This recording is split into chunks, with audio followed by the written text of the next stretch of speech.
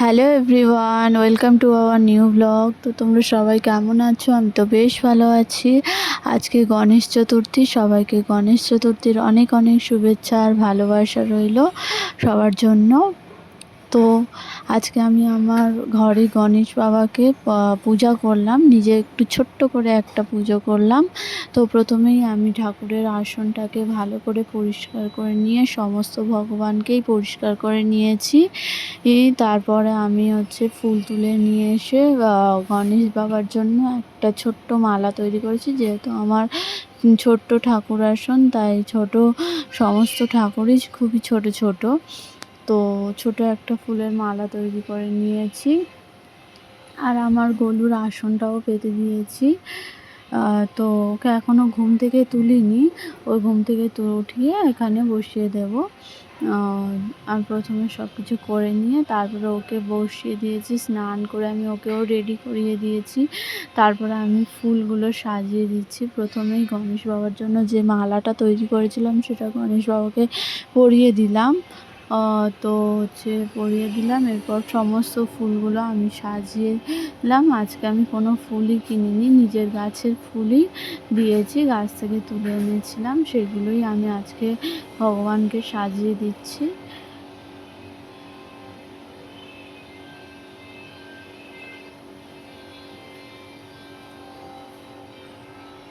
আর আজকে ভোগও রান্না করেছি। আজকে যেহেতু পূজা আছে, তো ভোগও রান্না করেছি। আর আমার গোলু বাবার জন্য তো সব সময়ই ভোগ রান্না করা হয়।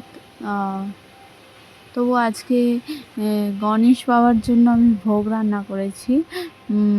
আর একটা স্পেশাল জিনিস বানিয়েছি, যেটা গণেশ দাদার খুবই ফেভারিট, সেটা হচ্ছে লাড্ডু বানিয়েছি আমি। বেসন দিয়ে লাড্ডু বানিয়েছি। তো তোমরা পুরো ব্লগটা দেখতে থাকো।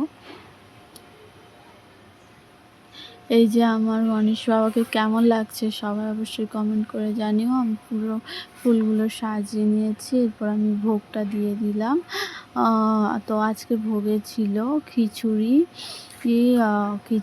পাঁপড় ভাজা, আলু ভাজা, বেগুন ভাজা, শসা আর লাড্ডু। এটাই ছিল আজকে ভোগে। তো তোমরা ভোগটা দেখে নাও।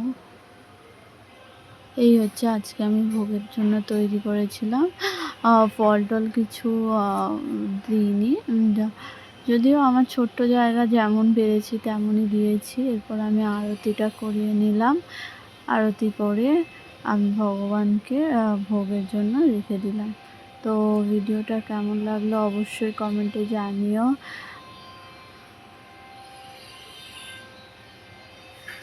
ভালো লাগলে চ্যানেলটি সাবস্ক্রাইব করে পাশে থেকো।